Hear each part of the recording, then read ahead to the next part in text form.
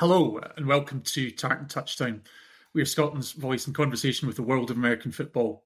And today we're in conversation with the Glasgow Hornets, Andrew Gibson and Nicky Farrell. Andrew, how are you doing? I'm very, very well. Thanks for asking. Good. Thanks very much. And Nicky, what about yourself? Good to have you on. Good, yeah, it's good. It's good to be on. So this is a very special conversation from myself and Dan.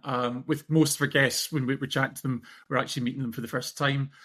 We should declare our interest here that both myself and Dan are former players with the Glasgow Hornets for a long stretch. So certainly we're very much celebrating the success of the team tonight, and we'll try not to let the bias creep in too much. Absolutely. Dan, how are you this evening? I'm good. Obviously, like you mentioned, playing with the guys back in 2014, I played. It feels like does it feel like that long ago? I even play with you guys. I don't really know much of the backstory of you two, so I'm really looking forward to getting into how you got to where you are today. So that's what we're looking forward to chatting about today. Absolutely. So thanks, guys. We'll get kicked off, and I guess as much as probably the four of us, we could really go through a line-by-line history of the Hornets. We really want to go back and understand your backstories a little bit. So I guess maybe just come to yourself first of all, Andy. How did you first get into the sport of American football? So it's been a long, weird story of how I got into football. It's not something that I would have on regularly or anything like that. And it's not something that anyone in my family was overly interested in. It was actually through Callum Bell. One of his friends had left a copy of Madden 03, Marshall Falk on the cover, for the PlayStation 2 at his house, and we just binged it. Weekends I would go over there, so we would play that. I would normally play as like the Colts or somebody like that, and beat them anyway. And then that kind of blossomed into finding, groups of people in school who were interested, and we would go and play some ill-advised full contact with no pads down the park, and knock lumps out each other. And then I was really lucky that kind of interest, my dad was able to take me over to America, and I would go over and see the game on TV and see what a spectacle it is. Like, it's getting there now in the UK, but over there it's just wild. Like the whole day, like Saturdays you go over, it's about the college. Sunday you go over, it's about the NFL, and like seeing how massive it became. It was over there. Piqued my interest even more. Pick your old NFL team, and then started to get shirts and jerseys, and then out of nowhere was my mum just kind of came home one day and she said, "Oh, I noticed that there's people playing American football up in at our school." She teaches in Airdrie, and it was Monday Night Flag, and I went along as a fresh-faced kid, and the rest is kind of history. Met everyone through there. I think, Nicky, I met you there. Fraser Thompson, Jimmy Thompson, Andrew Chapman, Mark Fletcher, Alan Young, Jamie Doak, everyone, a who's who of kind of flag football names in Scotland. Certainly, we're all there playing football on freezing Monday nights, and the rest is kind of history. Absolutely. I think it's a bit of common ground as well, because I think myself and Dan, that was actually the first place that we played a game of flag as well in Airdrie. So it's funny how that seems to be the nexus, certainly for Scottish flag. The breeding ground of competitive football in Scotland. Airdrie. Who would have thought? I need to build a little statue there sometime. Roy Yards of all places, though. That's it. What about yourself, Nick? Were you kind of similar? No, so I was in school one day and people came round with free tickets for the Claymores, and I just happened to grab one. It was a free child and a free adult ticket to go see the Claymores. Took it back to the house. This was in the kind of later 90s, must have been. And I happened to show it to my dad, and my dad was like, "Oh, I used to watch the now Washington Commanders in the 80s. So they're my team, and we should go." So me, my mum, my dad said we would go. We really liked it. All the kind of tailgating kind of stuff outside. I know it's not proper tailgating, but they had the events for the kids with the inflatables and all this kind of stuff. And we got football, and I would throw it about in the garden and stuff. And I just kind of took off for there. And the last game I ever went to was a game, I want to say it was in 2003, I think 2002 or 2003. It was against Rainfire, and I was throwing the ball to my dad and catching the ball in Hampden Car Park, and I was approached by, I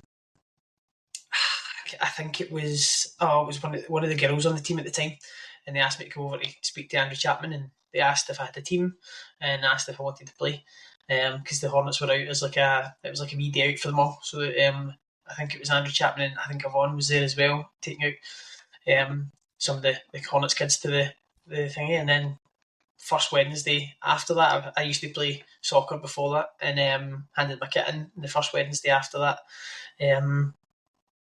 Claymore's game, I was suckered in, and I've loved it ever since. It's funny, and it is funny that you say that, because I guess that's something that we all kind of have in common here, myself and Dan as well. Is that we spoke to Marcus Thomas last week, and the Scottish Claymores, I think, for the time that they were around, was such a big inspiration. And I personally got involved with the Scottish Flag Football Association sort of around 2003, 2004, and a lot of that was really powered by the Claymores. And I think we initially did actually see a peak in the sport sort of around 2004, 2005, just as the Claymores wound up. But obviously you had a number of the main Scottish clubs at the time. Glasgow Hornets obviously formed 2002, but also Grangemouth Broncos, Aberdeen Oil Cats, Kirkcaldy Bulls, all formed round about that same time. And I don't profess to be the ultimate expert in the history of flags. Of course, there were certainly teams around and tournaments around before that, but that certainly was at a point where things really started to, I guess, to snowball and develop. And obviously you mentioned coming into the Hornets in sort of the early 2000s. You obviously started right from the bottom age category in the cadet group, and celebrated a Scottish championship in 2005. So what are your memories of that? Almost 20 years on. So I mean, like, again, it was incredible. I've made childhood, I've had friends from childhood because of that. William McLaughlin and Craig Samuel, two of the biggest people in my kind of American football career in life. I just remember the first game I ever played for the Hornets was a random Saturday, and we played against the Broncos, and the Broncos had been to some European tournament. They were the best. They hadn't lost a game in however many years, and they had some insane athletes and stuff, and we get mercy ruled. Again, it was one of those things. It was a bit of a shock getting into the game to think how much better they were than our team at the time, and then we just built from there. And I think it took another season or two before we kind of started hitting the real highs. When I first was there, I was running back slash receiver. I wasn't really a quarterback, and then they seen that I could throw a bit, and then I moved to quarterback, and I had Craig and William as my two bigger kind of targets and stuff, and then I had a couple other people who would chip in and stuff like that and do other things. But yeah, we really built it from the ground up, and that year. That year was amazing. It was one of the games, I think Samuel caught a touchdown as he was falling backwards with 10 seconds left to go against a Broncos side that was really, really good at the time, still with Fraser Thompson and stuff like that in it. And then we played up in Inverness, and we played against the Inverness Rockets, I believe. And there was the Highland Wildcats was the other team, so they were the top two teams from the north, and us and the Tigers were the top two teams from the kind of Glasgow area, the Central Belt, and we ended up playing the Tigers in the final, and I think we beat them by 2 scores or something like that. It was tighter than it was in the regular season kind of thing. But that day, sorry, dig at some people, but the Tigers managed to make every final that year and lost them all, which obviously was huge, because I think Macca was playing in the year above me kind of thing, the youth or junior. I can't remember what it was at the time, and I'm pretty sure one of my teammates now, Ewan. Why did I just forget his name? We'll just call him Ewan. Ewan. You can go by Ewan. Honestly, I think he was playing in the one above that, and he played against the Tigers, and again we beat them, and then obviously carried on again, guys from up in Glenurquhart. He was playing for Glenurquhart at the time, and he's managed to end up playing for another couple of teams, and then he's ended up coming to us. So it's mad how that kind of works as well and brings people together. Yeah, it's amazing to think about that as well. You think that this is now 19, almost 20 years ago we're talking about, and there's still, some of these names, some people that you played with and they've played continuously. Others, they've played the game as a kid, they've gone away and actually they've come back to it now. Because I think, reflecting on the influence that Scottish Claymores had at the time, even with the international series coming in to fill that void in Europe, it didn't really influence the growth of the sport. Immediately, I think we're now starting to see that with, obviously Jacksonville Jaguars in particular invest a lot in the UK, but I think it's kind of taken a bit of time and almost it's pulling people back to the sport. But obviously, we've talked about yourself, Nick, getting into the Hornets as a club specifically. Andy, you obviously said you were playing, part of a community event at the Monday Night Flag events. What kind of then led you to the Hornets as a club? So I think I'd like to think that I was doing quite well. Like I was, I had hands, I could get a tackle, and I was a hot recruit coming out of Airdrie. So I remember the various coaches. So you had like Mark Fletcher was there. He was from Tigers.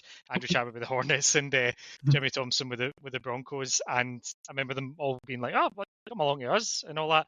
And I sincerely think it came down to, "Oh, I'm free on Saturday, so I can come to the Hornets." So I ended up, going there. I started at, I want to say, junior level, which was up from next cadet. And at this point, like the cadets were already kind of firmly established, and I believe like it was kind of, that was the year they were going to go and win the championship and stuff like that. And it felt like every training session was like a procession for them because they were so good. We knew they were going to be great, whereas we were kind of that, to be honest. We weren't really up to much at junior level, and then we moved up to youth, and it was really only myself and Richie Moore and a handful of other players. Like none of them are really left. They ended up playing at youth, and then once again, like the year below were still better than us. So it wasn't until it all kind of came together that I think the club kind of took off from that point. I remember like a really difficult year at youth where we were travelling up with 6 players and just getting absolutely mollywopped off everyone, and like up to Inverness, because that's where like every tournament was back then, and just getting absolutely destroyed, and it just not being a very pleasant experience. But you just persevere, and it got a hell of a lot better when Nicky and William McLaughlin and Craig Samuel and all that came up to youth. But then there was no league because there was no one left to play against, so the Scottish League became Hornets A versus Hornets B, which was the Stingers, I think they were called. Yeah. Mm-hmm. So yeah, it was an odd one. I was really just going for fitness. I was really going to just enjoy it. We were getting beat a lot. We weren't very good, but there was always that kind of thing of, right, when they're at our level, we'll be really good. I just need to wait for that whenever that comes around. Absolutely. And that's a really important point you make, because I guess in the background, that's one of the evolutions, I guess, it took place in terms of the growth of the sport in the UK, is that we went from separate Scottish and English leagues to, I think, around about 2008. That's when they started to merge and you had the cross-border competition. And I guess one of the big highlights for that is then 2009, both of you became British champions at the youth level, which I guess that's under sort of 15 to 18, am I right in saying? Yeah, it would have been. Sounds about right. Don't age me here, Gavin, but yeah.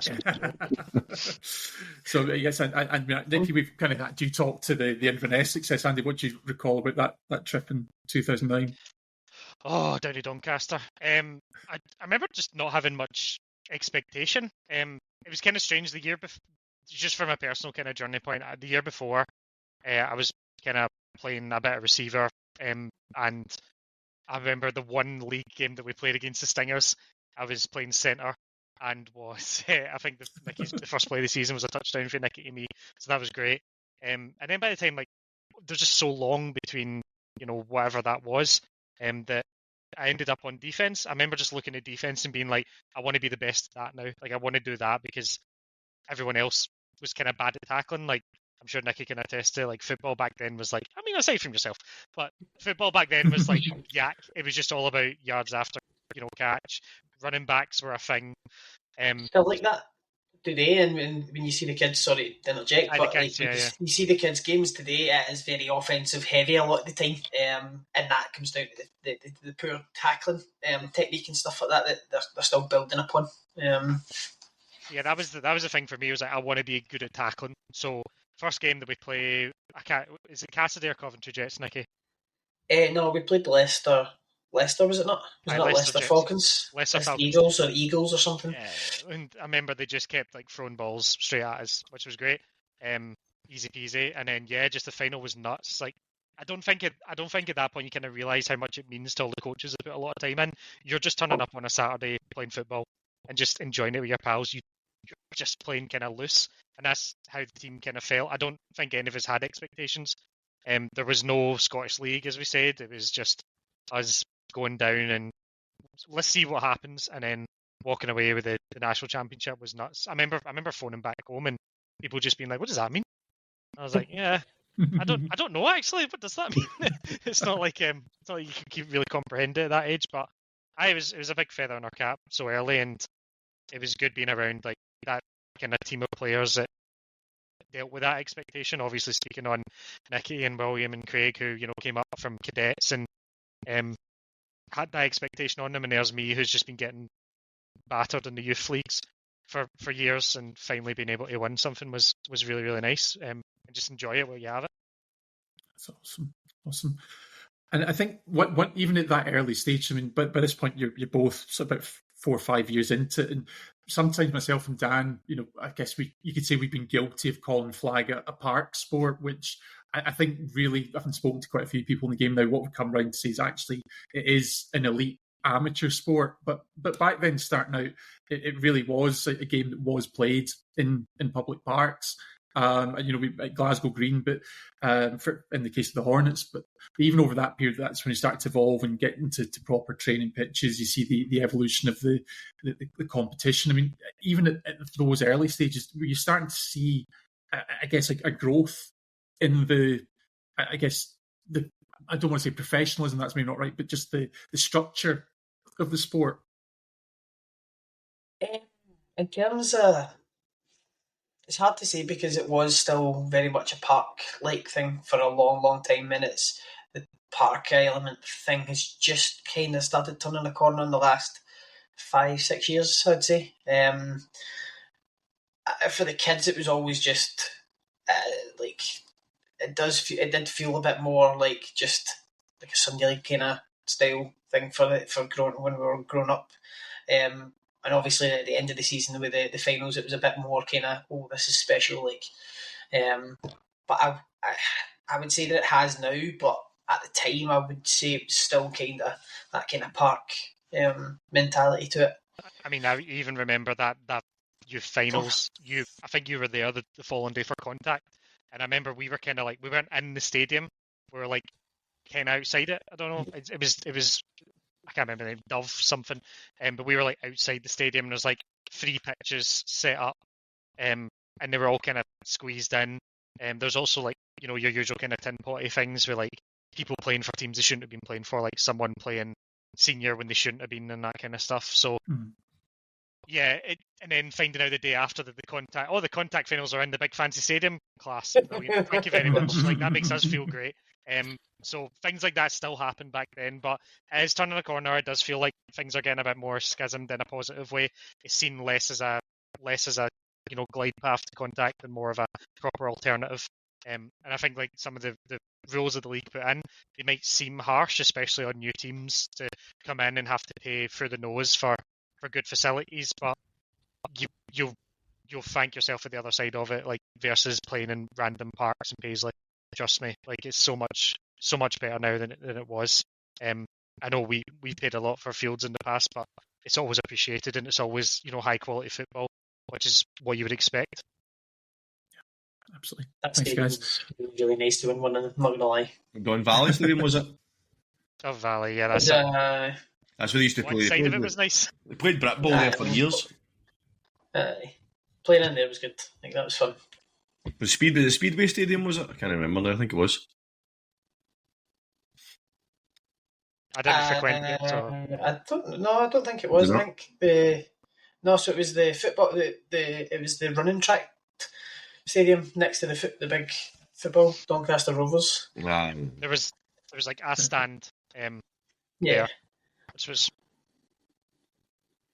also about to jump up. So I think next phase, I guess, in both your journeys then is obviously having celebrated that success at youth.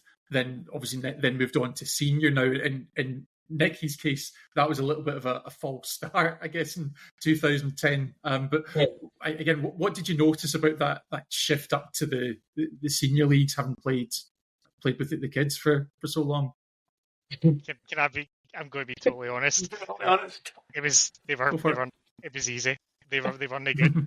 Like, honestly, I know it sounds really harsh, but like we trained against each other. It was that iron sharpens iron thing for years, and once again, like my journey takes a weird turn where I started playing receiver. There's all these random pictures of me lining up at wide receiver with my pocketless trousers and all that one, looking completely ridiculous. But just I remember going to game days and just like getting like turning around and be like, "Oh, you're the old MVP today," and I'm just like, "Really? Oh yeah, yous are all not good. I forgot." Like it's wild. Like I think the whole of Scottish football was in a bit of a kind of like the Bills were the Bills, like they were what they were. I think the whole of Scottish football was in a bit of a like the Broncos when they get the Woodses and the Thompsons up to like senior level. This will be exciting, and like for us, it was the same way, like the Nickies and the Williams and the Craig Samuels and stuff like that. So. The first year I moved up, I remember turning up on a Wednesday night and being like, I might be the best player here. This is so bad. And that's saying a lot because I'm terrible. But yeah, that's basically what it was like. And Gav, I think you were playing at that point, so apologies for that. But yeah. Sorry, I know. I'm not playing anymore, which probably says a fair bit as well. Especially 7'2" tall. No, I think I agree with that sentiment. I think like at the time the kids level in Scotland and like the kind of upper tier of English as well, it was all very, very high. And when you went, and like to be honest, there was some teams first ever, like for the Hornets, for example. My dad was in the first ever iteration of the Hornets seniors. They started after. So it was a kind of building block for them, like for them in a lot of teams. It was a lot of dads at the time. Like it was dads getting involved because why not? Do you know what I mean? Like why not? And then it was a kind of pipeline for us to today, obviously. I think to get to sum it up as well, and get you share the point. We beat in 2009. We beat Woodham in the final by a point. And then that Woodham team then went on to start competing for British titles against like the London Rebels and stuff like that. So like just to show how strong like that team were, and it was the same guys, like literally the same players we played in that final. I played some of them the year before that as well in the British final, and lost to them at cadet level by a single point as well. And then when they made the jump up, like it was one of those things. It was just like loggerheads. We were playing at a decent enough level, like again, not to the same standard that it's evolved to nowadays, I would say. But we definitely played at a really good level at the time. Yeah, no, absolutely. And I think after that kind of initial foray into senior flag, Nicky, you actually your journey took a slightly different path because you would actually go and spend a year at what was at the time Filton, now SGS Pride. So what did you kind of recall about your time down there? Loved the football experience. Didn't like being away from home. It did take a bit of a toll on me. Again, loved the experience being that student athlete, training 3 to 5 times a week. Getting getting to play against Americans because we were part of the Dodds League at the time, and my journey there really started at the bottom. Like when I first went in, I was like third string receiver, and I was like a backup DB, and within the first week, I had within the first pre-season, I was third string QB and I was second string wide receiver, and by the end of the pre-season I was second string, and by the end of the fourth quarter in the first game against Heidelberg I was starting quarterback and starting corner. So there was a massive jump up because I was playing both ways again, and I was doing that at contact level back down back up here, but it was my first real proper taste of 11-man football, playing both ways properly and stuff like that. Again, loved my experiences. Some of the places you got to see, we used to get the bus from Bristol to Germany and playing all the German army bases and stuff. And some of the players I played against were insane. Moved on to college level. One of the guys played in the first Heidelberg game, ended up going on and walking on at South Carolina, Gamecock and stuff like that. So there's definitely been players that I've played with and against that have moved on to bigger and better things as well. Trained alongside Alex Jenkins, who was one of the first kind of NFL pathway guys. So I trained alongside him as well. And then a couple of the guys that I played with went on to go to college and stuff like that. So it's a great setup down there. I just think it wasn't, like I said, I loved the football side of it, but the other side of it, the aspect of it was too much for me when I was down there. No, I think that's perfectly fair, and I guess at that time, that's before, as we said, we didn't have the international player pathway, we didn't have the NFL academy, so in many ways that was the closest thing to a pathway. So I think, if I recall rightly, you had an opportunity, you had a route to go into the States. So I was sitting next to William McLaughlin in our shared apartment, playing some NCAA or something, I think it was, and I got a phone call from my coach telling me that Central Connecticut State had inquired about my highlight package and said that they were potentially going to offer me a scholarship. And they needed me over. They wanted me over to see me at a camp. That kind of fell through a few different things. That fell through between coaching decisions and to be honest, I probably didn't put enough effort in at the time. Again, I wasn't in a particularly good way mentally when I lived down there, being away from my parents and stuff like that, and my family and my partner. And I probably didn't put the effort in that I should have. And then coach decided to move my position and stuff, so it kind of all fell away from there. But again, it was nice to be recognised as a player of that potential calibre. So yeah. And it's understandable because that is a big adjustment. Because you're not even at college age at that, or sorry, US college age at that point, and you're away from home. And I guess that's what that kind of speaks to is, I guess, having the not just the ability to play, but the full support package and network that goes around that. And obviously that's something that I know when we've spoken to various individuals, whether they're playing in the States or in the GB team, that's something that I guess it's a learning process, and obviously I guess disappointing in your case, but hopefully it's something that for younger players now we are starting to see that opportunity. We're seeing Scottish kids going to the academy and into the pathway, which is a great thing to see. Definitely. Perfect. So, moving on from that experience, obviously at that time we're still kind of fairly early on. We're 2011, 2012, and the Hornets, I guess, still kind of as a senior team finding its feet. I think 2012 was that first year that they actually qualified as a senior team for the national British finals, and I think at that time, obviously that's when again Nicky, you came back, started to become involved in the team. Do you start to recall, I guess, a turning point in the club with that first trip to national championships? In terms of that, I think our first foray at finals probably could have went better. Obviously, we get put out in the first round by the Rebels and stuff. But to be honest, we played them really well, and to be honest, we also didn't have a full strength squad. I honestly think with a full strength squad, we might have actually beaten them.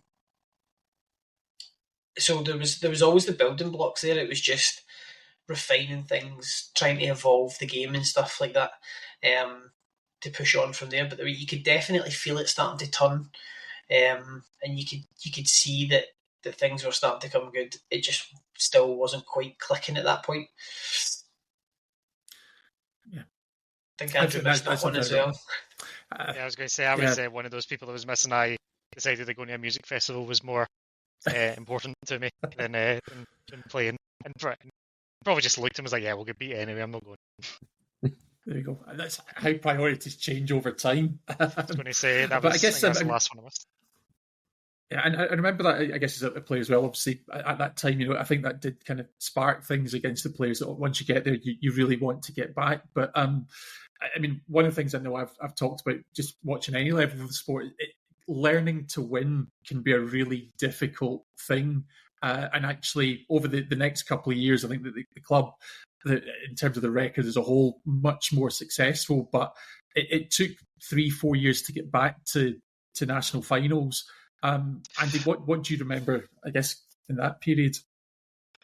Yeah, it was the real just... This is when things were starting to flourish, and the real strength of the league and up north especially was starting to really come to head. Like Aberdeen were, competing for national championships, and the Broncos were recruiting really, really well and getting players from Stirling Clansmen and stuff like that. They were, supplementing their ranks, but we were always right there. And with them, and the aforementioned Woodham, they were lumped into our division 1 year and took a playoff spot. It was just difficult, really difficult to make it back. I think each season where we lost less than 3 games, but we still weren't quite there, which was fine. And we just needed a couple of pieces to kind of, as Nicky said, push us over the edge. We had the blocks there, and we were now kind of used to winning. And we were also starting to look at what other teams were doing and saying, they're doing, Aberdeen are doing invitational tournaments, like Neola tournaments. We need to start doing these. Teams are going over to Big Bowl. We need to start going over and playing other teams, things like that. So we very much learned a lot from the teams around us to help us get to, a point where by the time 2015 came around and we had, a very good influx of players, we were ready to win. It wasn't how do we fit all these pieces in? We were already kind of successful. We just needed something to put us kind of into that next sphere. And I think we jumped from 8-2-1, go out in the playoffs, and then next season we're 14-1 and winning the division. So and then the rest is history from there. I remember during that period, I played 2014. That was the year you mentioned Woodham in the league, and that was the only team that beat us that year was Woodham, and it stopped well. We're not talking about what stopped us getting to the playoffs that year, because it's a very controversial point. But that, like you said, they were the only team. They were kind of the bogey team at the time, and that's what stopped us. It was Aberdeen. We lost twice to Aberdeen. Yeah. Tied with them. I distinctly remember you going to... We played on the Saturday. I've got the picture still. It's all of us, we beat the Broncos in the last day of the season, 28-26, and you went the next day to go and watch Aberdeen and the other teams. You just drove and you were just sitting in the car park, sending messages. No, I don't think you came out of the car. I think you were just watching the game from your car windows and sitting telling us how all the games were getting on to let us know, have we made the playoffs or not. It wasn't to be, and it is what it is. But again, lots of lessons learned, and we got a couple more pieces to take us over the edge next year. It pops up my Facebook memories every year, that trip up to Aberdeen when we were in the car with the donuts. I remember it was me, Tommy, Richie and Gareth were in my car, and we stopped at McDonald's and got donuts and stuff like that, and we were all driving. That was an epic trip up to Aberdeen, and then I remember I dropped a touchdown pass, so I'll get it in when you used it. That was when I missed. That was when I was... I'd went to Slough with Robin at that time. Slough? It really goes to a romantic trip to Slough? No, Slough. Oh, Slough. Slough is a little better. I love you. You were at Portaventura at the time. Okay, I remember Richie played quarterback that day. I think that was my first road trip. So I remember yeah, I just was going to say, I remember sitting at, like, because obviously Nicky was gone, and Richie was like, "I've got a quarterback, don't you worry." And then like half an hour later, yeah, sorry, they've pulled out. I'll get another one. He was in the pub on a Saturday night. Like this is the funny wee tin potty things with flag football. Like thankfully he's kind of sorted now, but like he's just like messaging people in the pub and hooting Annie, why come in QB tomorrow in Aberdeen? Honest. And then we turned up. I think we lost like 12-6. It was, and you just think of the structure and things like that. It was like Tommy Grouchy blitzing, cover 2 killer right there. He's like 4 foot nothing blitzing. Staff things like that. Just you look back and laugh, and yeah, you learn from those kind of seasons and those kind of moments as well. Like, yeah, we need a bit more structure than just this. And I guess just think about the progression of the club as well. It wasn't just on the field, was it? Because actually, around that time, Andy, that you started to take much more of a role in terms of off the field and actually organising and providing the administration for the club as well. So I guess how important was that in terms of the progression from the team to the next level? Yeah, like it wasn't really just myself. It was like obviously there was a big group of us who obviously took different kind of roles within a committee. Just formalising that. Andrew Chapman. So the club was set up by Neil Henderson, Andrew Chapman, way back in 2002. Neil Henderson left early doors. Andrew Chapman was kind of left with the keys, and then his interest started to wane in the sport with personal things. So we really just needed to do something because we weren't able to properly collect subs or pay for pitches and things like that. So a lot of that needed to be formalised, which is a lot of responsibility for however old I was. I feel like I was the early 20s at that point, and we came in, but thankfully like the support I had, like particularly from the coaches like Coach Farrell and Cowie, and obviously Callum Bell was a humongous part of helping legitimise it all. Getting that all right, like even this iteration of the Hornets, that had to happen again post-COVID. Just getting it all right behind the scenes, making sure everyone's got clear defined roles, and the rest will take care of itself. So yeah, that was a big part of it, and also it was a lot of kind of TLC for our kind of image as well. At the time, we were kind of known as a bit of we're a team who would have a go at referees and would get any arguments and things like that. I think it was a particularly testy, kind of playoff outcome where I wasn't there. I went to a music festival instead. But I came back and just heard horror stories about the way the team had behaved. So we had to do a lot of kind of a real image makeover. And that became a big part of my focus. And I'd like to think it's worked well because we were then able to recruit the players that we did.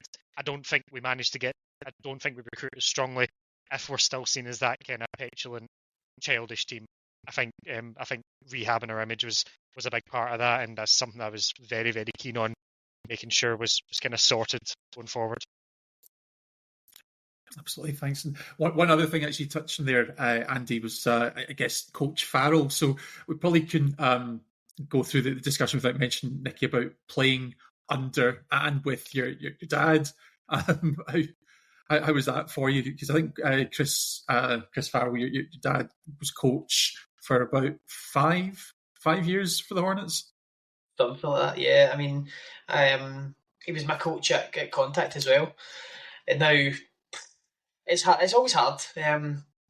It's hard taking the criticism and the coaching points from someone so like close to you and stuff like that. So there was kind of buttons ahead at quite a few different times that you'll probably recall, at training and at games and stuff like that. And I was always quite a hothead myself anyway. Still am for the most part. I try to be calm as much as I can nowadays. But again, growing up, playing Contact, playing flag, like there's just that wee chippiness. You want to be the best. Like if I'm feel like I'm thinking I'm going to shout about it. Like, but in terms of playing under my dad and like playing with my dad and stuff like that, it's one of the best things that I'll ever do in my career. I hope I can replicate that with Lucas one day. But like my dad was one of my driving forces. He would take me everywhere. He would record loads of games, and he was like there for coaching and he was always there, like always there. it's a big, massive part of my life, especially growing up, because he was always the support from my dad was insane. Like, it was so good. Like, I think he done Scotland to Bristol in 6 hours at one point, like just non-stop down there to see one of my games. So there's nothing more that like other than pride, like playing with my dad and stuff like that. And it's a shame that he's now no longer playing or coaching. We would like to get him back in at some point. Try and get him back in it. But it was good. Again, like I said, ups and downs, but mostly positive. No, absolutely. I mean, I definitely remember. I think that first time that he had to step in because a regular coach, well, it was I think away, had other commitments that day, and I think that was one of the days that we were actually playing like the Kirkcaldy Bulls with a slightly understrength side, and we gave him a hell of a game. I think that was one where we lost by a score, but I think we tied that game up with like 2 minutes left. And I just remember, Dunfermline by chance. I think that was Dunfermline. Yeah, I think you absolutely drilled a touchdown pass into me. Like I've scored a couple of times against the Bulls and never caught an easy one. So you always have to fight for it. But I remember that being a big day, and I think everyone played great. But I just remember your dad's role in that as well, being a part of it. And I think that just really speaks to there's so many different strands coming together that really helped in that transformation of the club, I guess, from being that kind of team of dads and park sport to kind of moving towards that next level and becoming a competitor on the national scene. And actually coming into the 2016, that was the first time that the Hornets actually make the national final. So I guess for those that listen not familiar with the flag community, you'd play multiple games on a single day. So when we talk about national finals, that can be a series of anything between 2 to 4, or I think potentially 5 games now, depending where you are in the draw in 2024. But that was obviously the first time that didn't just make the finals day, but the actual final itself against the London Rebels, which I think was a 21-20 defeat. So obviously, for those who listen to the podcast, a few grimaces there, but what's the kind of feelings on that game looking back? One we'll never get back because we were the better team, like hands down better team. There was a couple of wee mistakes here and there, but I had no doubt that when you look at the film, you're like, how did we not win that? And how did we not win that by more? It's frustrating and soul destroying one, that one, because again they weren't on the same level as us. I think those games you learn, like, I know it's a total cliche with coaching and management, but you do learn more from the losses. I think in particular in that one, it was a lesson in kind of rotation and limiting mistakes, and which you obviously fast forward into this year. Nicky played borderline basically mistake-free football all day, and that's how you get there. You don't have the same margin, like those kind of those iffy passes or breaks on the ball that you think about during league play and stuff like that aren't going to come off when the margins really really tighten and the lanes get really really narrow. So it was a couple of lessons for me that year. It was like one, kind of learning how to pick the team up after losing a game like that and how do we get back, and also just for me it was the actual preparation side towards scouting opponents. Now I don't know how, I've not really spoke about that much, but the intel that we had on Victoria Park, who was a team we'd never seen before, we never played against, we saw a little bit of Big Bull, but you didn't really have live streaming back then for games. We got really good intel from people down south, and sorry VPP, I don't think I've told you this, but we get really good intel, practically knew the playbook, and we come out against a team that have fought hard to get to finals, and we beat them 47-6 in a semi-final. So the importance of just knowing your opponent was huge, and then I think from that point on, the team were really into scouting and preparing for our opposition and things like that. But yeah, those were the two big lessons. It was just how you cope with that disappointment, and also preparation really really does help in this sport, especially with how much of a chess match it is. Yeah, absolutely. And I think that's something that I know we've talked about previously when we've spoken, like Dan and I was spoken with Izzy Geraci from Team USA and Grace Conway and Ellie Thorpe from Country Cougars. Is, I guess, it's something that's really only come in recent years, is that ability to scout the opposition. A lot of that comes from face-to-face familiarity. I think that was one of the things that we did at the Hornets that I guess you could say I was probably guilty of it. We were filming our games fairly early on in 2012, but we were putting game footage out there that wasn't really being returned to the other sides. But obviously, yeah. What was that? Sorry, Nick? I'm saying Andrew's blitzing. Yep. We are on the Big Gav 67 YouTube channel quite a lot watching. Showing how not to do it. Again, just another weird, wonderful moment in my flag career where I was for some reason blitzing. But there you go. Awesome.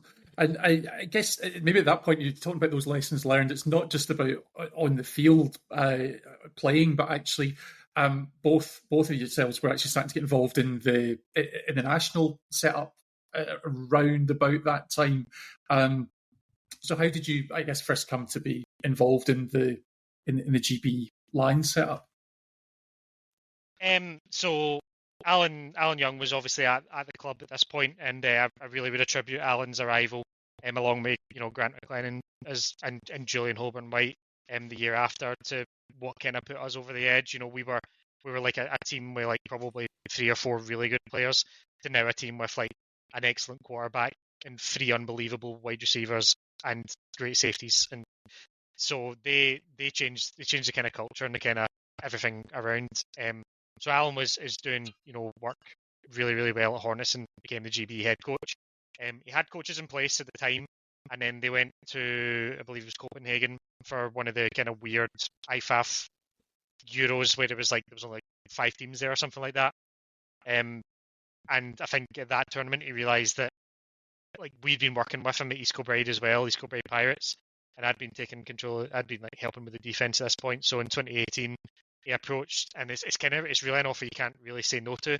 There's a lot you kind of ask yourself a lot of questions as well. You're like, am I ready for this? And honestly, I would probably say no. But the game plan was he'd been to Big Ball that year with a lot of members of the Danish national squad. They basically handed over their defensive playbook and said, "We run this. It's really good." So he essentially just asked me to come in and say, "Listen, here's the Danish defensive playbook. Go and install this with the guys that I'll give you," which was a huge challenge, but absolutely loved it. So yeah, that's really how I got involved. I think once you realise you kind of needed the support at that level, and it wasn't just what you get in the league, a lot of it needed to legitimise. So yeah, really enjoyed it and loved it ever since joining the GB program. Absolutely. Nick, it's kind of similar for yourself, because you, in addition to playing, because I guess we should mention you played for the GB Lions side, you've also been involved in coaching as well with the Chieftains. Yeah, so which is the Scottish setup. Yeah, the Scottish setup, which I started out at playing. I think my dad played in like one of the first iterations of it. He was in, I think there was 2 chieftain squads that played, and he used to play against England and Wales and stuff like that at the time. And then I finally got my chance to play and stuff, and we won the kind of what was it, the Super Fives at the time. I've never lost a Super Fives game as a player or a coach. Till I think I've lost one as a coach. But that kind of helped me push on and become like a better player all round. Because I was able to play with all the better players in the Scottish League, who would then play against all the better players in the down south and stuff like that. And then we had a tournament to Big Bowl, so our first Big Bowl experience was part of the Chieftains, and that was a really, really good experience overall. Met some really good, like, amazing people that I still talk to this day. And yeah, like from there, it's just been trying to step up every time. Obviously, like we spoke about, I ended up making the national national squad, playing as well. I'd been spoke to about before when I was younger, but again, my head wasn't ready for it. I was too. I wasn't the right type of person at the time. Too busy looking at all the drip and all this kind of like wanting to look the player as opposed to be the player. And I think that was a big change in the last couple of years for myself. Like not being that antagonising and like that kind of player. I definitely think that's attributed to both Chieftains and GB as well, because you go against these guys and you're just like, let's just get better. Like, don't worry about any of that sort of rubbish, because it's all getting better at this point. Absolutely. And I guess just to speak to that, because the Chieftains has been kind of I guess like a regional team feeding into that GB setup. What's the future for that, with obviously the Olympic pathway? We've seen an under 21 GB side and a Silver Lions side set up. So is there still a role for the Chieftains in the coming years? So in terms of the Chieftains, I'm not entirely sure. Like it was run. It changed to all regions, and the Chieftains were part of the HNC, but it's basically Scotland. So it's a Scotland squad, and that was, I believe, pulled by BAFA just now, and then term while all this kind of stuff's going on about the Olympics and stuff. So there's nothing on the cards just now for Chieftains, but there's potential with the SCOF thing that I could maybe speak to and see if we can get that up and running just now, for those guys, because I've had messages and stuff from guys saying, look, when's Chieftains going to be back, when is it? So I might even have to just kind of do something on our own, like that isn't quite thinking by BAFA, and see what we can do. That's the idea anyway, at least. Yeah, absolutely. So that's one to watch this space. Yeah. And it's something similar. Nicky, we also been Gavin out and watched down the Scotland under 20s squad, and it seems like a very similar situation out there. It's like it's a regional team rather than that. They can't really call themselves a national team because there is no such thing as a Scottish national team. So I'm assuming similar setup with the Chieftains, where it's we are Scotland, but officially we can't say we're a national team. Yeah, I mean, I think it's because the national governing body is BAFA, so it's the British, so it's like GB is the national team, and obviously Scotland are an independent country or anything like that. So, because of the UK, it's GB that comes under that banner of the national team. So it just comes under as like a regional team. But I'm sure a lot of the guys who play and coach and thingy, they'll call it the Scottish national team regardless, because we're all proud to be Scottish and proud to be a part of it and stuff like that. Good. Yeah, absolutely. It's been that for a long time. I think I played 2004. We went to a tournament in France, and we had to go by the name of Team Scotland rather than just Scotland. That's just the way that it was at the time. But I mean, that's one of the other things that you mentioned, but is obviously that trip to Big Bowl. And Andy, you'd mentioned the role of playing in invitational tournaments. So I guess you've been able to go to various different countries and tournaments over the years. What have been some of your favourites? I think the first Champions Bowl was an eye-opening experience for a lot of reasons.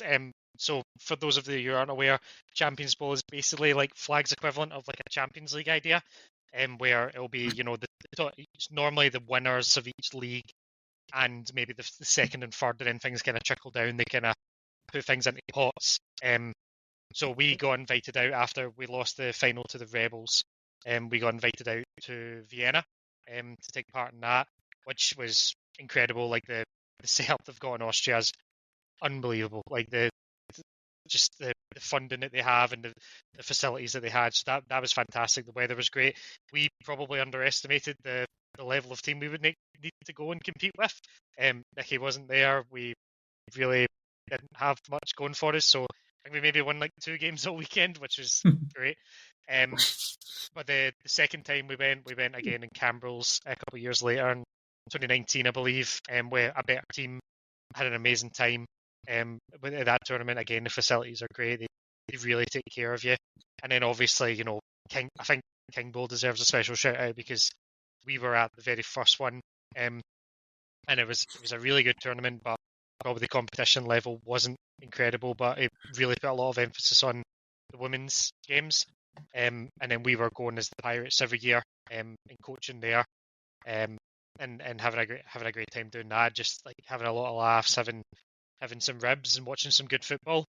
So I would say I definitely say those Champions Bowl and the King Bowls that we've been to have been really, really good. And then that doesn't they're almost like completely different beasts from GB. Because GB is like work when you're away. There's no time for beer and ribs there. It's all watching film. It's getting back. It's cutting things up. It's getting like WhatsApp messages to guys like get around to here now so we can watch this. Let's go in the back and like set up like Japan's offense and all that on the grass or whatever. So it's those tournaments are different because they're like a pressure cooker, but it's a lot of fun. But they're definitely less relaxed than the international ones I mentioned. Yeah, absolutely. So, I mean, maybe bringing back to the Hornets now. So we also mentioned that first final in 2016, and over the next couple of years, it'd just be a continuous thing, really. The Hornets be a regular feature at the national finals day. Again, I think the next national final appearance was against the Baker Street Buttonhookers in 2018. So I guess that second final has got some grins from both of you. What's the recollections there? You want to go, Andrew? I mean, we couldn't believe we made it. Like the week before training, just on a personal kind of journey part. The week before training, this is when dipping got big in flag, and people bloody were just crap at it, but they were doing it anyway. We're doing a drill. We're doing just a tackling drill, and Nicky's running down, and I'm stupid. I go for a Hollywood tackle. I put my hand out to tackle him. He dips, and I get my thumb stuck in the side of his, so my thumb goes like round here. So stupidly, I'm like, snap that back in. That's fine. And he starts to really, really hurt. Go to A&E. They're like, yeah, you're done for 2 months. So you're out. I was like, yeah, but what if I told you I've got national finals this weekend? What if I said I had to play and they were just kind of laughed at me? So I'm playing this whole weekend with, I'd found like, so they gave me like, obviously, a support for it. I'd found like, basically it was like a thing on Amazon, it was like a metal rod to go down. So I was wearing like black gloves, so I couldn't use my thumb, so I was playing like that like all weekend. So that was fun. Yeah, we just had no business being in that final, to be honest. We were a real team in transition. We had a lot of new bodies come in. We hadn't played very well, but we ended up making it to the final.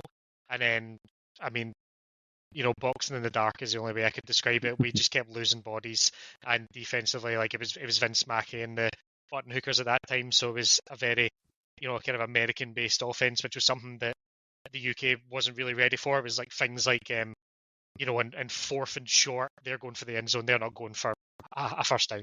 They're going to try and beat you deep and things like that. So we were woefully kind of undermanned and not prepared for it. I think you'd comfortably say. I mean, the offense did great, keeping up. Like I remember Richie in particular having a great day. But yeah, we just couldn't get. We just had no business being there, to be honest. We were just chuffed. Yeah. Like for me, like I think I had went into that season pretty injured from contact and stuff like that as well, and I'd picked up a few wee kind of niggles here and there through the flag season, and I think getting into that game I ended up injuring myself twice, and then by the end of it I was limping on and off the field just to make sure we had guys on and off the field. We lost. Was it 2 guys to concussion, or was it just the one? Was it just Craig that we lost? To Tom and Craig both hit their heads on the field. Yep. And then do you have anybody else end up out as well? I mean, there was people who didn't get on the field and things like that. Again, a lesson in rotation, but we just weren't ready. We started that year with a loss, and ended it with a loss. We were chuffed to be there, and it was many teams would lay their hand off to be in that position, but we certainly felt going in and going out, it didn't feel as bad because we're like, this isn't it. Yeah. I think obviously 2019 was another finals appearance where you made it to the quarters against Cardiff, but I guess the big event around about that time's then the following year was when we had the pandemic. So all of a sudden you have a year of nothing, and then at the following season 2021 a year of very little. I think everything was regionalised that year. So I guess the pandemic had affected everyone in very different ways, but for both of you, flag football has been such a big part of your life for 15 years at that stage. So what was it like not having that as your go-to? Yeah, it's like I'm quite open with how I deal with my mental health issues and stuff like that. And it was a really kind of dark time, not being able to see the boys and stuff like that, and just get out, run about, and throw them passes and catch passes and stuff like that. The pandemic was a really bad kind of situation in terms of just not being able to play. We'd obviously we had also before the pandemic wasn't it, we went to Israel for the Euros. Yeah. So to come off playing at Euros to then not doing anything at all was like crazy. It was mental. Going to Israel for the Euros was such a good experience. You're on such a high, had all this momentum going in, and then it just died because of the pandemic.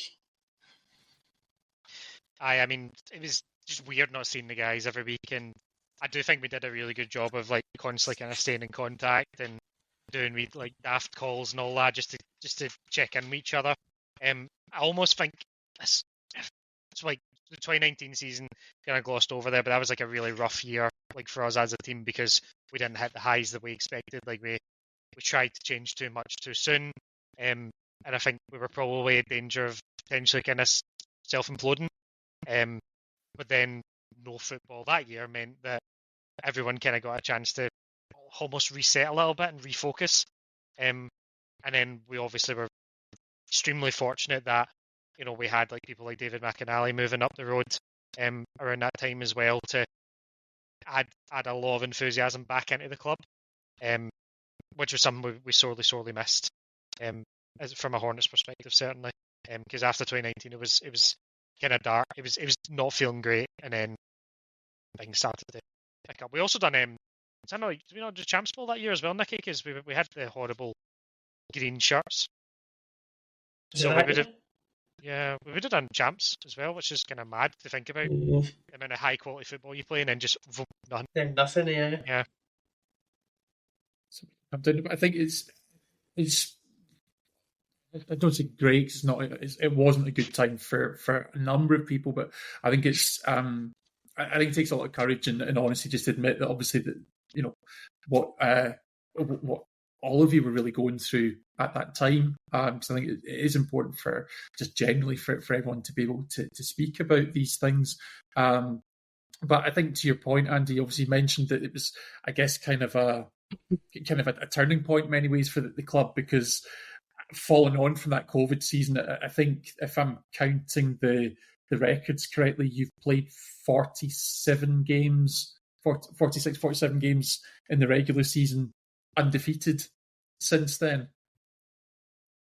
Yeah, I mean, there was obviously a big change was Nicky at quarterback. Nicky was always playing receiver out of kind of necessity for we just don't have good enough receivers, to be honest, for him not to be out there. And then when it reached a kind of point where we were able to have a frank conversation and say, right, do you think you could drive this car? And he showed me his driving license, and he definitely could. So we were up and away. I don't think Nicky's lost a regular season game, which is something we don't talk about. We let other people talk about it for us. But yeah, Nicky's been unbelievable since he came in. And then, as I said, we've been very, very blessed with the acquisitions that we've had of the people who've been interested. And back to what I was saying before about kind of makeover of who we are. Callum Stepani coming, ended up moving down south to Glasgow and comes to us absolutely ideal. David McInally moves back up the road, another player.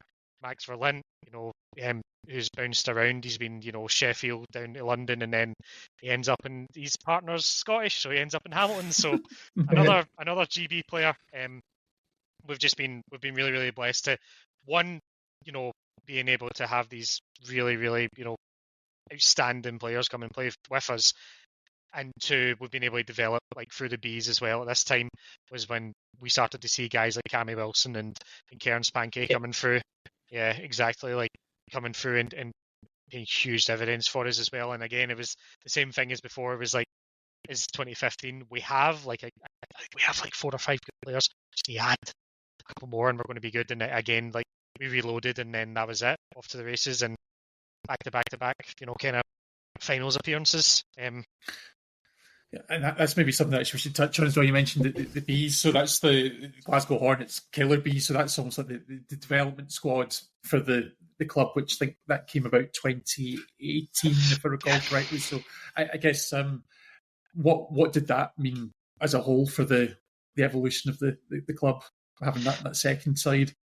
Oh, it's unreal pride to be able to be in that position, because to take it back to, what was it, 2013, 2014, or whenever it was, whenever we kind of took over. I say we as in myself and the committee, and Nicky was part of that. When we kind of took over, we literally turned up to training and it was 4 players. And then within 4 years to have a second team that was bursting at the seams. If you look at some of the squad photos, there was 20, 25 players. I mean, it's easy to keep them all when you're winning, because they won the division that year and they earned promotion and stuff, which I was beyond proud of. And again, we had really talented players coming through, and also provided an extra level and layer of competition for, at this time I'd become the East Kilbride Pirates head coach. So at this time, it provided another avenue of football for some of those players to come and test their mettle at mixed, and they'll all find it's a massively beneficial experience for them. You see, people like Robin McCluskey who've gone on to, and Ainsley Barkley as well, both gone on to amazing things at GB level, and they'll probably tell you that they got a lot cutting their teeth against the mixed teams. So yeah, the Bees has been an unbelievable source of pride, continues to be to this day. Really, really chuffed for what they managed to put out on a weekly basis. Yeah, perfect. And I think that's one thing that I know we've been talking a lot about the story of the Hornets in particular as a club, but actually in terms of your own journeys, obviously you touched on Robin and Ainsley Barkley and a few other players, but of course you've both become involved in the coaching of the women's team at East Kilbride, who are, I think we can comfortably say one of the best sides in the UK. Certainly they were, again, themselves played in the national final last season against the Coventry Cougars. So I guess just maybe talk to us a little bit about the evolution of the women's sport over the past few years and your experiences of that. Me and Nicky came in at the same time at the Pirates, helping Alan Young, who was the head coach at the time, in various roles. So Nicky was mostly helping offence, and I was in with the defence. And I think to say that the rate of change there's been in the women's game, I'm sure Nicky will agree, has been unreal. I think it's definitely faster than what the mixed side's seen. Just the level of athleticism, the level of application and execution as well, has been unbelievable. You've obviously got a cat about to walk across the screen. You've obviously got your teams like the Cougars at the top, and now I think we can say that we're one of them who are kind of have that different level ways of doing things. But even the teams coming through now, like the Birmingham Lions look to be doing well. London Smoke getting their women's team in. These in Coventry Panthers, lest we forget, absolutely unbelievable teams and programs. Who cats keep walking across the screen? Who keep it's like a conveyor belt. Who have kept the competition level up, and being there from the Pirates from the start. I remember, I think the first season we were there, Nicky, they probably won one game, and they couldn't believe it. And then now we're at a point where that's just not enough anymore. So yeah, it's really exciting. So I don't necessarily think I did start at the same time as you. I had went to a couple of training sessions because Alan had asked me to come along, and I'd said to Robin at the time, and I don't maybe it was the same time, but Robin had Lucas, and I was like, look, come, I'd been on her for 7 years at the time. Mhm. It took 7 years and getting her pregnant to finally get her to play football, but now she plays it more than I do. But no, it was one of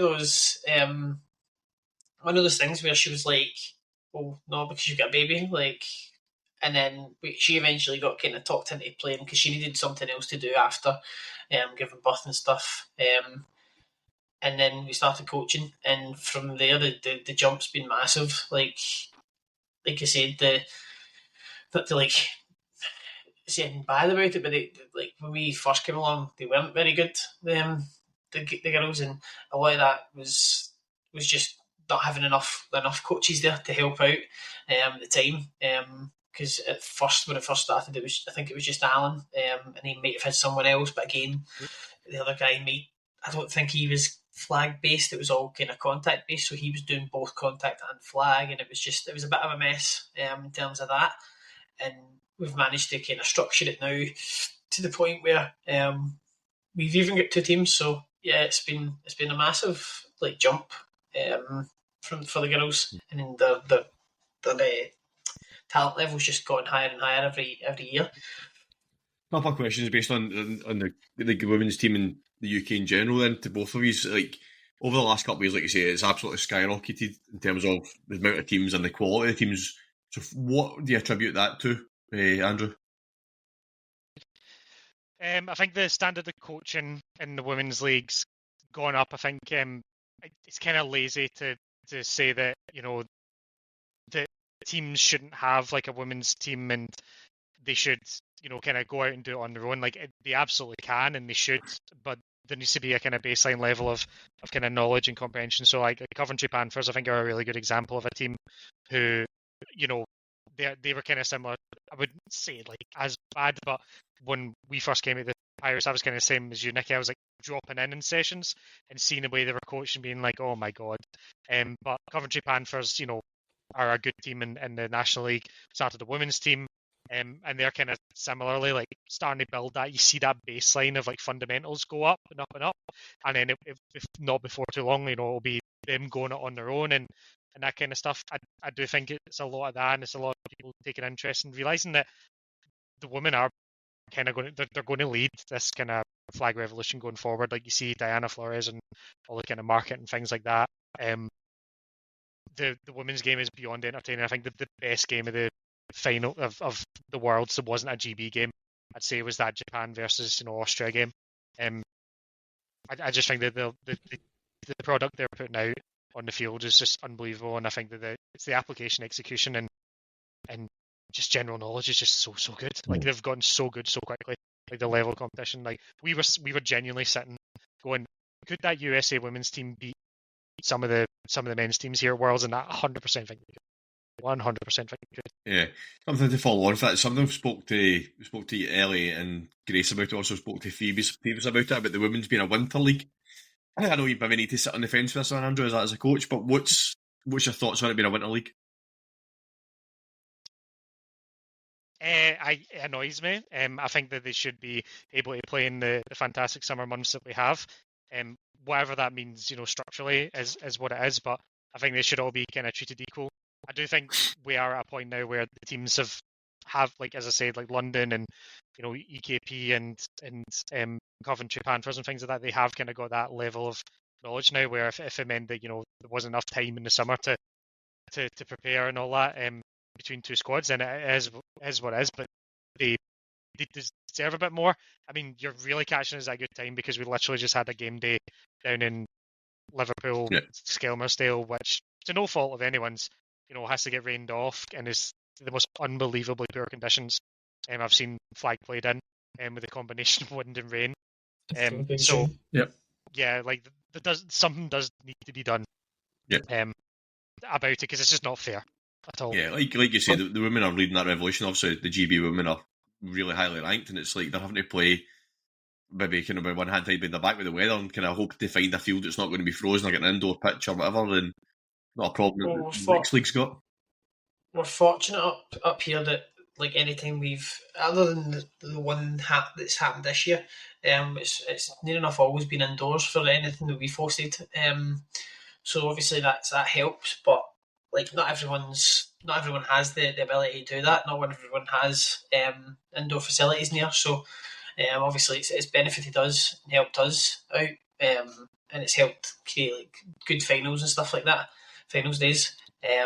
But yeah, like definitely a bit more infrastructure on um, on that in total, either whether that's changing like the summer um, or making sure that all the games are sorted and they're in indoor facilities, because it's just not fair. It's not fair on them. Yeah. We're looking forward. We spoke to girls from Coventry, and I think they're expecting a rematch against the School Bride at the finals day, so we'll be looking forward to that. Yeah, back to yourself, 100%. And I think 100%. I'm both fully on board with that. I think, as we've kind of talked about this journey, I think that's one of the things that we are trying to reconcile is, both the GB men's, but particularly the women's, now ranked 5th in the world. It is legitimately an elite sport, an amateur sport, but an elite one all the same. And we're trying to reconcile that with the situation where, we're scheduling games in outdoors in winter in fields, and obviously you're putting it at the risk of the elements. So obviously everything's a progression. There's more growth to come, but hopefully, that's something we can learn the lessons. Now, coming back to the Hornets, there's obviously one fantastic highlight that we're absolutely wanting to talk about here, but before we get there, I do have to talk about 2023, and I guess a very, for me, watching that was a heartbreaking final where you lost by 2 points to the London Smoke. But I'm sitting at home watching a stream on YouTube. You guys are obviously there. You've played in 2 finals before, and you're playing with a multi-score lead at one point. So I guess to not be able to see that through, how can you talk to that? And maybe Nicky, I'll come to you first on that one. That broke me for a long time. It really did. But I think it was possibly the best loss that we've had in the finals.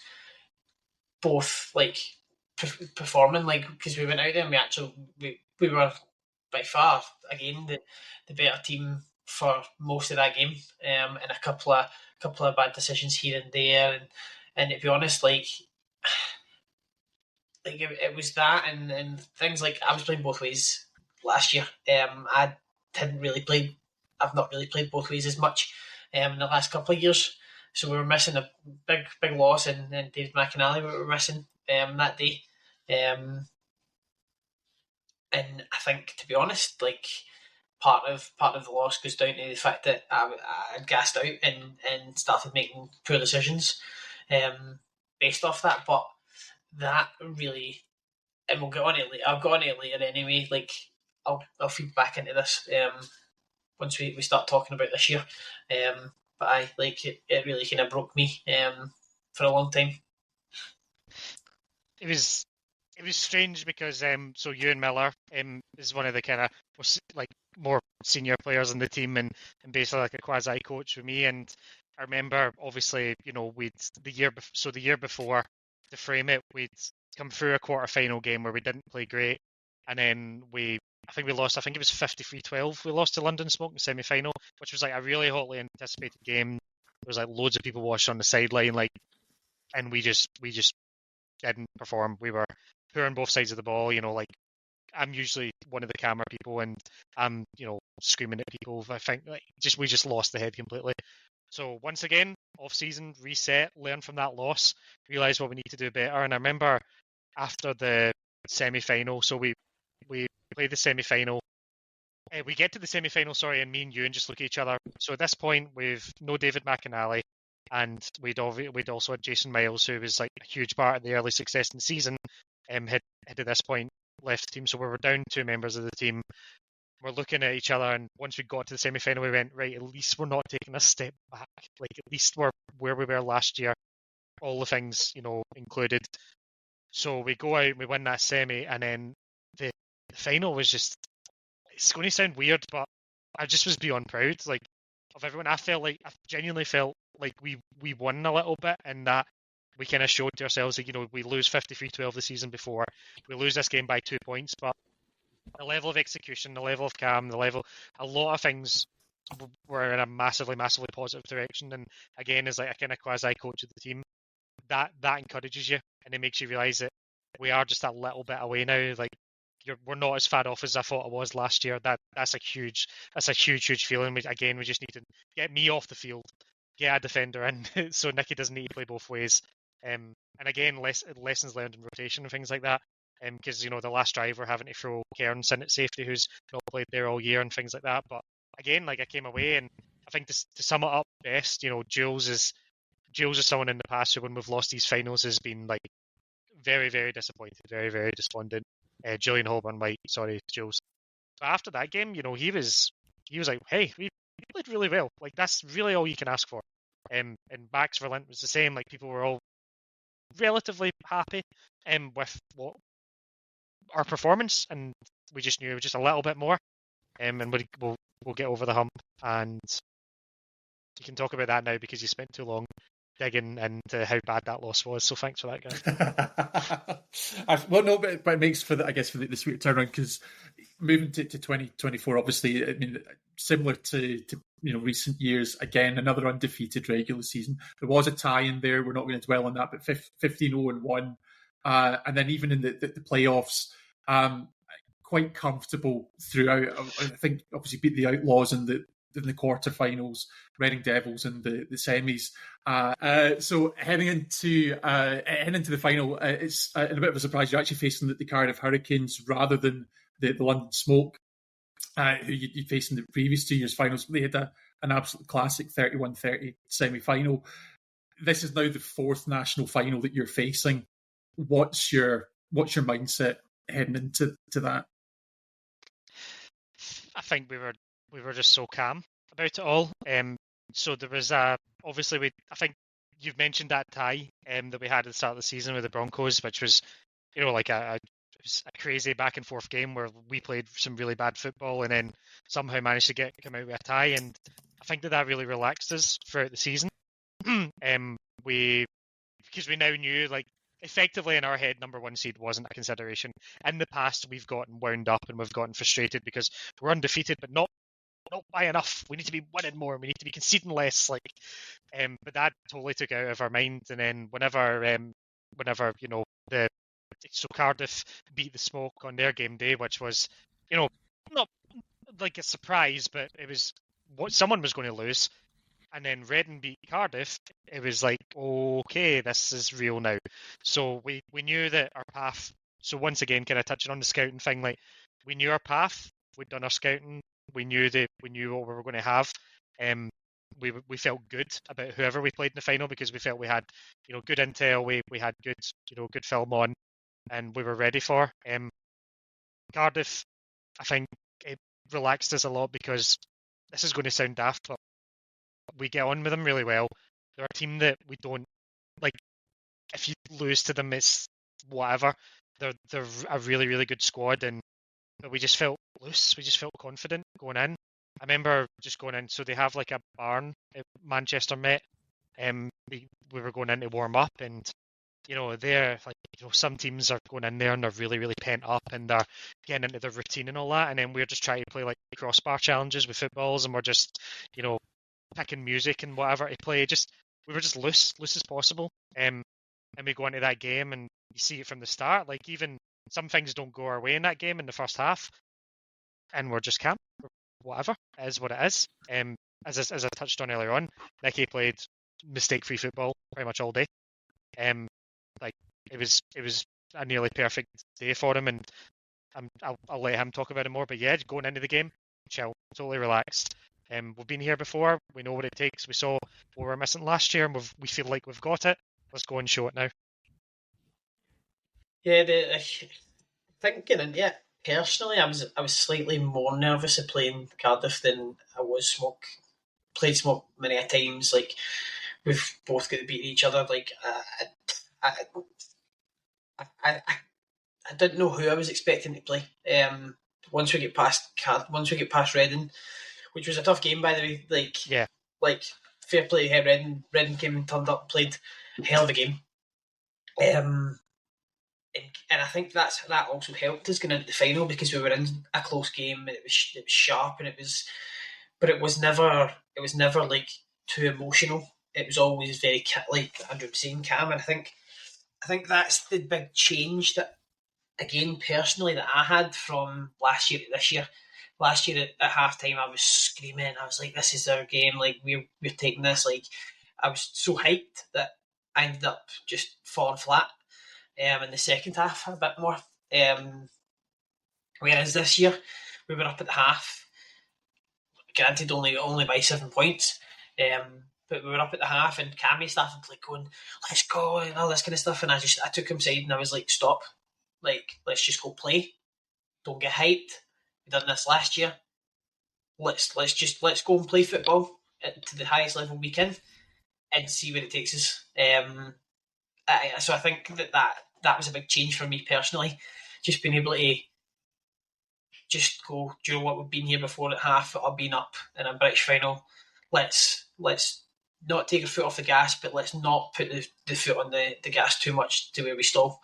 And so I think, again, that was a big thing for us. And I, like Andrew was saying, we obviously got on quite well with Cardiff, so you always get a wee bit of John from people and stuff like that, but it doesn't kind of come off as nasty sometimes from teams like Cardiff, whereas you get a bit more frustrated at some of the smoke guys and things like that. Like, that's what it is. But I like, even with a bit of John from some of the Cardiff boys, it was just like, I'm in my game, like I'm in my zone. Like you're chatting to me because you're trying to bring me into your zone, and it's not happening. I think that was maybe one of the things that's noticeable about the final, maybe the spirit in which it was played is Cardiff in the second half. You'd Costas Karis makes an exceptional touchdown grab, and I don't think I've ever seen a player be congratulated by the entire opposing defence after scoring. And I guess that was creditable to the sportsmanship, but actually also the way that your defence played, because it really was taking these exceptional plays to break down the defence in that game. So I guess, Andy, as a defensive coordinator with GB, what can you say about the way that your defence played, in particular on the national finals? Honestly, it's been hard to get them all on the field this year. Just between Ollie being in Birmingham and David having his firstborn. I think Max has been the only kind of constant. I don't want to play anymore, but I keep getting made to play. So getting them all there at finals was huge for us. Getting them all there healthy at finals, especially after coming through Worlds where Callum and Ollie both ended up getting injured. So getting them there was incredible. I know what they're capable of. They're such an unbelievable group to work with. They go on with each other so well. Like, I think I love watching that game back. And just looking at little moments that the defense are having between plays, where just like Mac is saying something stupid and Ollie's telling him to shut up. Like, things like that. It's just like it's just brilliant to work with. And then, I mean, not enough. Probably he won MVP, but James's work at blitz against who I would say is probably like up there with Nicky as one of the most difficult quarterbacks to sack. And Joe Corto, like he played an absolute blinder. And this is a boy who literally, it's his first season playing, and he's going out there and putting in a performance like that. Then after the game, I get told that his nickname is Antifreeze because he's not clutch at all, and he goes out and plays that well. So seeing the defense play that well, unbelievable pride. It's something that they came here for this.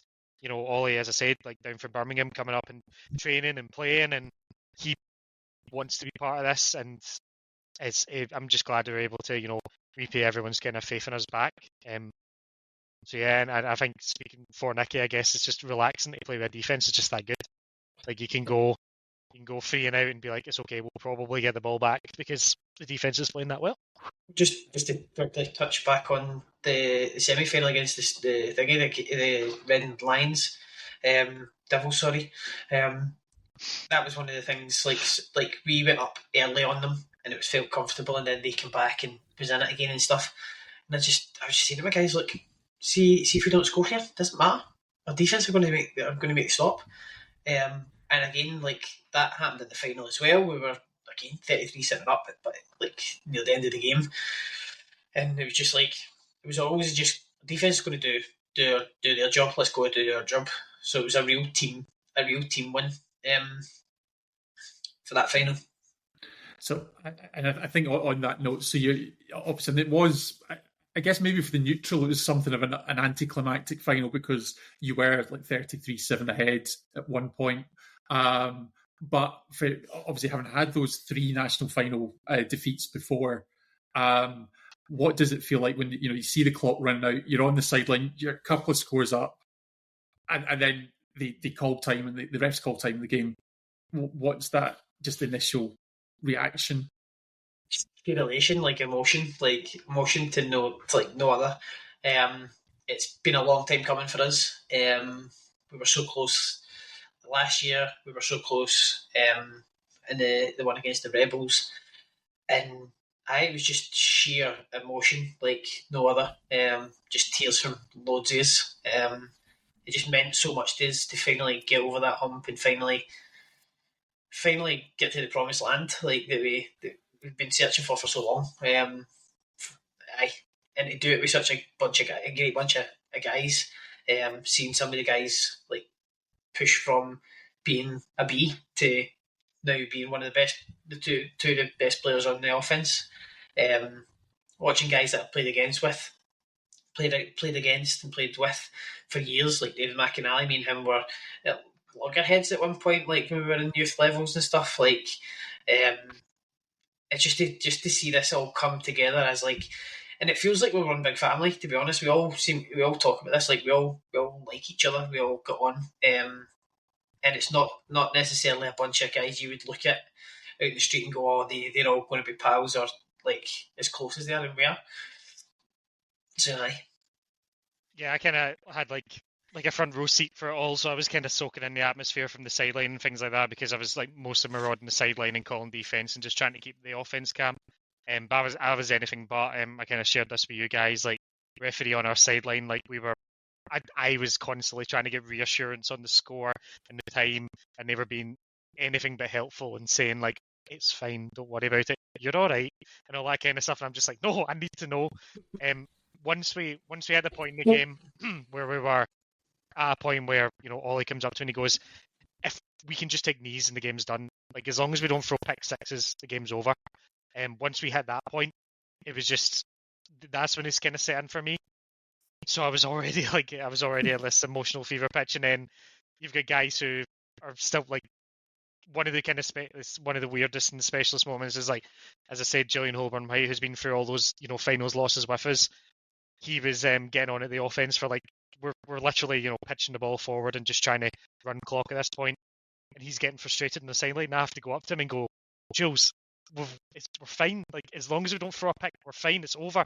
And he's looking at me and he's like, we've won. Like it's over. Like we cannot lose unless something daft happens. And being able to like give him that in that moment was really special. And you just, as Nicky said, you just see it in the. I wish the streaming was better. Being honest, like it really cut off early, but just seeing the emotion that came out afterwards, and I think Robin was taking pictures with you and just kind of set up with the camera, and just seeing the emotion that we had, and it was just a long time coming, and you kind of touched on it being like maybe a disappointing game for the kind of neutrals because of the level of win, but it almost felt like it was always going to be that. Like once we kind of punched through that that door, we were stepping through. We weren't just going to tentatively stand outside. We were coming for that championship. And once, I'd probably say once Maka got that pick in the first half, we're just like, aye, this is coming. Like we're getting this. I remember watching the live stream at the time and watching the final, and even when realised it was over, even I let out a cheer. I was sitting in the living room watching it, and even I let out a cheer. Andrew, Gav didn't see this before he came online, but you've got a certain thing beside you. You want to show it off? Yeah. So this is probably one of the. Arrogantly, I've got a lot of trophies, but this thing is unreal. Hey, look, it's used. Hey. Look at that. This is one of the coolest things I've got, and then Nicky, I think you've got something on your hand there that you want to show. Never even noticed. So yeah, So, got So to we take got it. off. Very Got this nice. from Baffa himself. We were able to get this off of Baffa. superb. So Right, yeah, it must have been nice to get your touch. hands on that trophy eventually, Andrew. Must have been. We've spoke through this whole chat. You guys have been there since the start, youth cadet level, to get to that basically now where you've reached the pinnacle of the sport in UK. It must have been unbelievable. I mean, the amazing thing, right? This is going to sound odd, but the amazing thing is that the very next morning in the lobby, like we went out and stuff, and I really enjoyed the night out as well. After like we weren't in the main bar that everyone else was in. We went and found somewhere else, and we sat and we listened to music, and we trudged back to the hotel. But the next morning in the lobby, everyone's just talking about next year. Everyone's talking about running it back. Once you've had it, you want it again. And I think that's the key thing for me is that we got it, but we're like, we know we can do this again. So all eyes on 2025 for us. We've only got 13, 14 days left of being this year's champions, until we're last year's champions. So we need to get working and push to get it back again. Yeah, superb. Great to finally see you doing it. It's gave me a bit of pride as an ex-teammate to watch you doing it as well. So I'm delighted for you. Yeah, I appreciate that, Yeah. and I appreciated all the messages we got from people. Phone was blown up. It was wild. It was, yeah, it meant a lot. It meant a lot. I think again, like you said, there was so many people messaging me after the game as well, and I think we did. I think for a lot of people it was a bit like, hi, they kind About of time.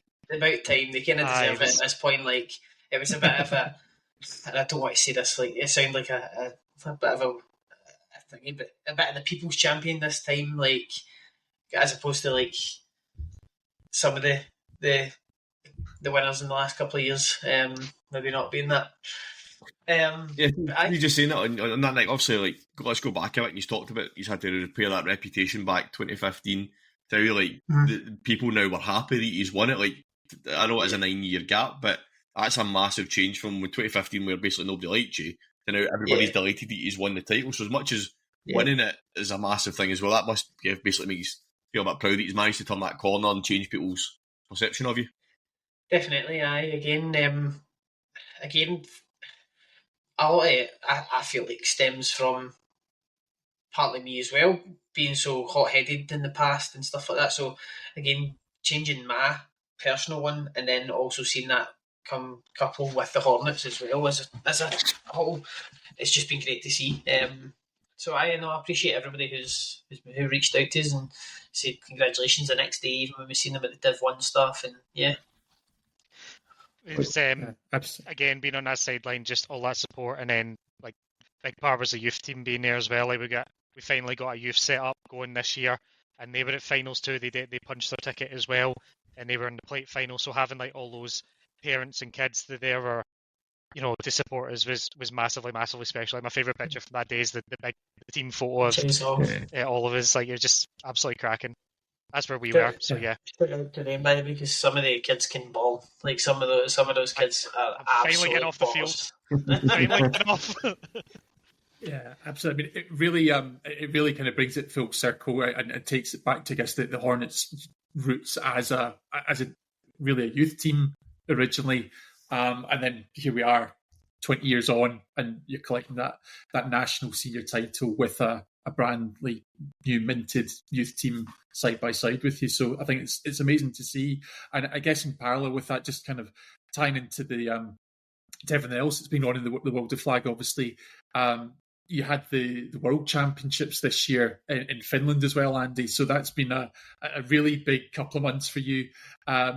Just talk to us. Obviously, we're not going to do a full recap of the tournament because that's 3-4 months ago now. But what are your main reflections and experiences of Lahti in Finland this year?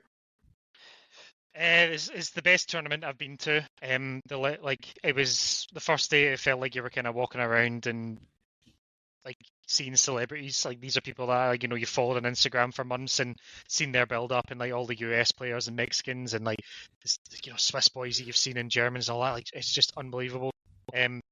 What a tournament! Just like we knew we had a big microscope on us. after, drawing Germany, who are the European champions and things like that, and we always felt like we had, a really good game plan for it. So that was, one of the highlights of my flag career. The team are unbelievable. They've got such great spirit, such great attitude, with all the kind of barriers that are kind of self-imposed with some of the kind of, what we say, non-financial support that they don't really receive. They could be doing more, they could be doing better with more support, and hopefully that comes now with, the news in the past couple of days. The BAF has secured funding from Sport England and stuff, so I'm really excited for where it goes next. But just an unbelievable tournament. It was borderline perfect. Wish we'd done better. Wish 5-2 records really good, and I got again front row seats to some of the best plays I've ever seen live. I don't know how much you guys watched, but in fact that's kind of how we found out it was you guys behind us. Whenever the Liam Harper walk-off sack against Spain and Maka's pick against Japan, just two unbelievable plays by two unbelievable human beings. So really proud to just be part of that.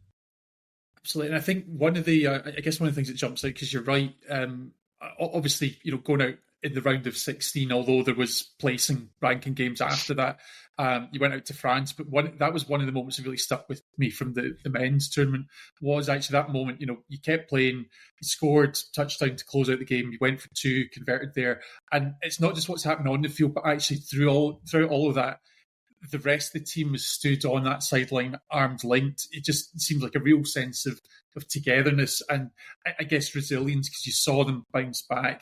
You played those great games against Spain where Liam has that game closing sack. You also had the big win against Japan where Maka makes that interception, shows real football IQ and takes the knee at the 1 yard line. What I guess can you say about the strength of spirit within that team? Yeah, I think again, like they all know, where they're coming from. There's a massive shout out in particular to like the captains and Maka and Liam and Liam and Alan Young have kind of brought aboard Casper, who's been a sports psychologist for the team. So we do a lot of work on sports psychology from camp to camp to camp. So he's been a massive like value add for the program, and we all take so much away and we apply it straight away. And that we're going out on the field in 30 minutes. We're going to do exactly what he said. We're going to reset, and like that. Those images of the sideline, like it breaks my heart. Like I was an absolute mess after the France game. Just emotionally, just was drained. After that, because we done enough. We could have won. We should have won. But there was no finger pointing. They was just dust ourselves off and let's go again. And that came from the players to me, which says a lot about their kind of attitude as well. Like I've got guys like David and Liam and Ollie who are coming over and picking me up as a coach to then go out and again, like obviously you've got two unbelievable players offering two of the best plays you'll probably ever see at a World Championship. Honestly, like for defensive enthusiasts and sickles out there, you don't get two better plays than that. And like just silly, you mentioned Maka turning around in the football IQ. He's literally turning around and looking for Charlie, the quarterback, to ask, where do you want this? Do you like? Because he might want on the 6, he might want to run or something. Like he needs to know. And then coming off, Charlie's just beyond supportive and goes, well, you could have actually wasted a bit more time, but other than that, fantastic. But yeah. Yeah, Andrew, as we've been gathered previously, spoke to Liam and Ollie, and two of them are full of praise for you and Youngie and Andrew Young for the leadership that you guys have given to them. So much as the guys pick you up, they really have rated the support that you've given them. So I don't know if you've watched the chat we had with them before, but just to let you know that the guys were massively supportive of what you've given them and the leadership you give them. So all credit to yourself for that. Thank you very much. Appreciate that. They're all right too. Not what you were saying earlier. So I guess a lot like the Hornets team the day after national finals, a question for you is what's next? Obviously, you've had an incredible year, both domestically with the Hornets national champions, obviously coming off GB, I guess one of the not necessarily for the on-field results, but just in terms of the experience, probably one of the best World Championships we've seen. We're heading into 2025. What's next for you guys? Andy, I'll come to you first. I mean, I got off, we jumped off the plane, got home, and probably within like 4 hours, I was just back to watching the film from Latte and just getting ready for the next cycle. It never stops. We don't know when the tournaments are going to be, we don't know where it's going to be and things like that at the time, but it's just time to get back to work, because we have to, because we need, coming from, the position that we're in, we need to outwork the other teams, and we need to out-prepare the other teams. We're a big group of nerds at GB, and we just need to keep it that way. For Hornets, it's just all about running it back this season. Retooling if we have to, working out some kinks and things that we could have done a little bit better, because we know we can do it now. And still got obviously the Bees who need to continue pushing through players to help with the numbers. There's some really exciting prospects of the Bees I'm keeping an eye on. And then we are currently right in the middle, literally right in the middle of the women's season. So we've got finals to look forward to, and continue to develop the Pirates Red team as they kind of continue and head towards the end of their first season and get the black team ready for playoffs. Yeah, absolutely. And obviously similar to you, I mean, obviously we hear Andy speaking about GB experiences. You've been there before. Is it always inspiring you to get back in the fray? I mean, I've always wanted to get back in it. The last couple of years, I've dealt with quite a few injuries, so that's kind of one part of the reason that I've ended up missing out. The chance of trying out and stuff, and making sure that I try to retain my spot again. So that's something I'm aspiring to get back in that squad, because I feel like I could make an impact on the squad.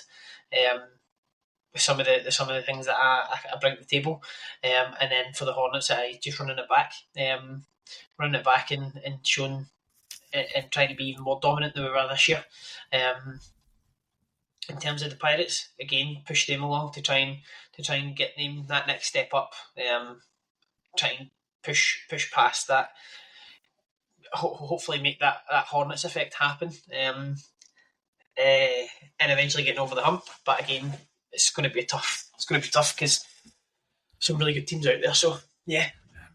Absolutely. One more thing I guess I've got to ask you, Nick, because we're talking about this pre-show, but obviously your son Lucas is now 7. We think that could possibly be, certainly in Scottish and possibly British flag, the first third generation flag player. What's the chances of we seeing him in the field soon? Hopefully soon.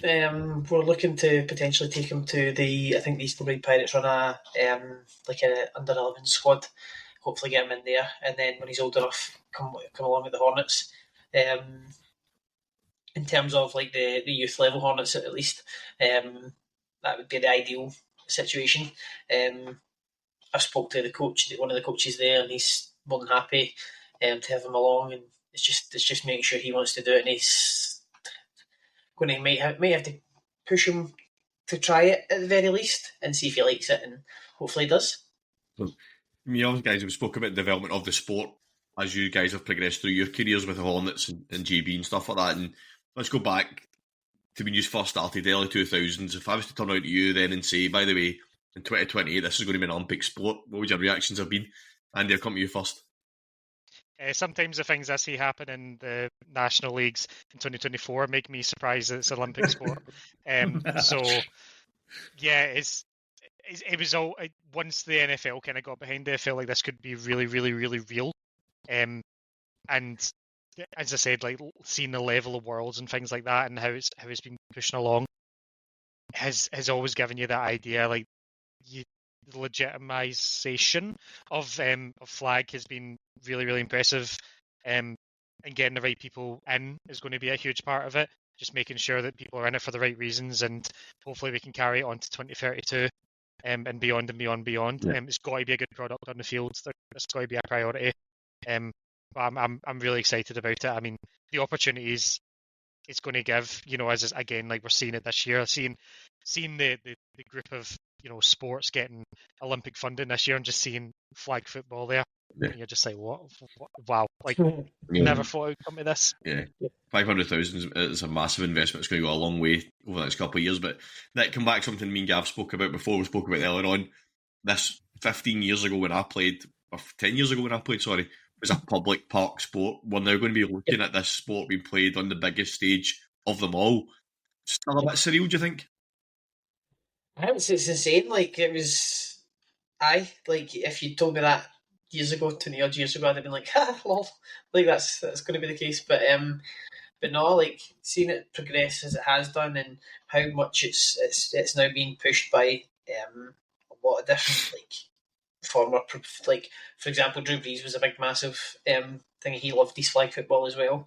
And I hope something like this changes the attitude to some people, because a lot of times you do get a group of people in the contact community who are just like, oh, it's flag, it's non-contact and all this Listen kind of to stuff. commentary if you want. Exactly, listen to the commentary for thingy, like, just absolute knuckle draggers. Some people out there, and I really do, like, some of these athletes are insane and could probably do it at a high level on the field with pads on. So, like, as much as it's not a contact sport, like, it's still played at a ridiculously high level, and the athletes out there are insane. So, hopefully that kind of changes the attitude a little bit, and more people are more inclined to come along and play. Yeah, I mean, it definitely is now an elite sport. It's went from an amateur public park sport to being an elite sport now. Things that we've seen when we spoke to Izzy Garechi before, it was like US colleges are now offering flag football scholarships. That's just bonkers. Yeah. I mean, to think that that's now where this sport is at, and it's phenomenal to see. I mean, we're massive advocates of the sport, and we've seen how much we try and publicise it and promote it. And one of the things that Gav has made a point, especially about Latte, is a lot of it is down to production and making it look good for people that are watching it. So those that aren't maybe fans of the sport, you want to entice people in, that production is a key part of it. And we've seen it at Latte how good it can be, and it's just going to ramp up massively for LA, and we're going to be there all the way, especially with the GB teams on both sides of the mixed and the women. So we're looking forward to the next couple of years, kind of breaking down how it's going to work and how they're going to get there and what the qualifications. There's a lot of hurdles still to go through and questions still to be answered, but the fact it's even just on the card early 2028 is unbelievable, and I'm looking forward to seeing where the sport goes from here. It was in a stadium. It was in literally in a stadium. I was there, sitting there in like a stadium, and I'm looking. I'm like, flag? It's flag football. That's a thing I played in Paisley in a park. What's this all about? This is wild. That's it. It's the presentation. I mean, the final had the commentary, but even just being able to watch a live game and see not just the score but the game clock. For the World Championships, it was only the final that had commentary, but actually watching the rest of the games, that didn't matter. You had a feed that was following the game. They had instant replays and highlights just on demand. And that's the thing. It's like, as much as the quality's been variable, there's always been elite players at the sport. You know, there's strategy, there's entertainment, there's tension, there's drama. Obviously, the GB men's team had a great game. I think the GB women, where they actually went out to Japan, was one of the best games of the tournament that I'd seen as well. And I think it's just actually getting that now out in front of a bigger audience, because IFAF have been doing a great job with it. It's just now getting more and more people exposed to that. And I think, thankfully, we are starting to see more and more people take interest in the world of flag, and hopefully it's only just going to grow and grow. So I guess as we're coming to the end, obviously we've seen that, you know, there's opportunities at every level, whether it's youth, whether it's getting involved in your local senior club. We've got the international competition. I guess if you guys, you know, been true stalwarts and champions of the sport now, both literally and figuratively, what advice would you give to people that are wanting to get involved in the game? Just turn up, just get involved. Like, it's a great sport for people who are just starting out or who are elite athletes. Like, it's genuinely so inclusive. Like, it's you can find a position, like, as much as it's not necessarily as like nuanced as the full 11-a-side, where it's for every shape and every. You still see guys out there that are offensive linemen at contact level, absolutely loving it because they get to run about and they get to catch the ball, they get to play all these different positions and stuff like that. So yeah, it's just such a good sport to have, and for kids and stuff like that, it's a great way of building fundamentals. I think that's one of the reasons that like personally was able to do so well in contact as well, because I learned all the fundamentals at flag before I was even allowed to put a set of pads on. And I think that needs to be one of the things that people kind of take into account. Yeah, I think to echo that, just get immersed in it, enjoy it. There is a movement out there for everybody. If you can only run in a straight line, you can probably blitz. If you can cut really quickly, then receivers for you. If you can't catch, play some defense. If you can't do any of that, coach. Like there's something for everybody in flag, and I think that's what keeps people around. Like you see people who've played from the 90s still going. So yeah, it's an unbelievable sport. It's an unbelievable community. I think everyone in it is very, very proud. It's a very, very inclusive community as well. Like they're very open and welcoming to new people, and always impressed by people's passion for it. And I think that's the main thing that people in this sport have, like more than any other kind of hobby I've ever had, is just the passion for flag is unreal. And I'd encourage anyone to try it. Absolutely. Well, superb. And I think just really want to echo that and say, if this is something you want to get involved in, the opportunities are there, whether that's in Scotland or down south in England or even in other countries, because actually we're seeing flag growing across the world, and absolutely it's a great sport to be involved in. A really exciting time to get involved too. But other than that, I really just want to say thank you to yourself, Andy, Nicky, both for joining us. Obviously, teammates for a number of years, but it's been a while since we've had a chance to properly catch up. And I think it's been great to tread over some old memories and just, I guess, share your experiences of winning the championship this year. And hopefully, we can continue this conversation going into the new year. We want to be a big supporter of the sport at every level, and I'd love to just have you back on in the future. 100%. Thanks for having us on. Yeah. Excellent. Well, thanks everyone for joining. Thank you, Dan, the co-host, and we'll be back after Christmas with new episodes. So look out for updates on our schedule coming soon on socials on Instagram, Facebook, and TikTok. Until then, thanks for joining Tartan Touchdown.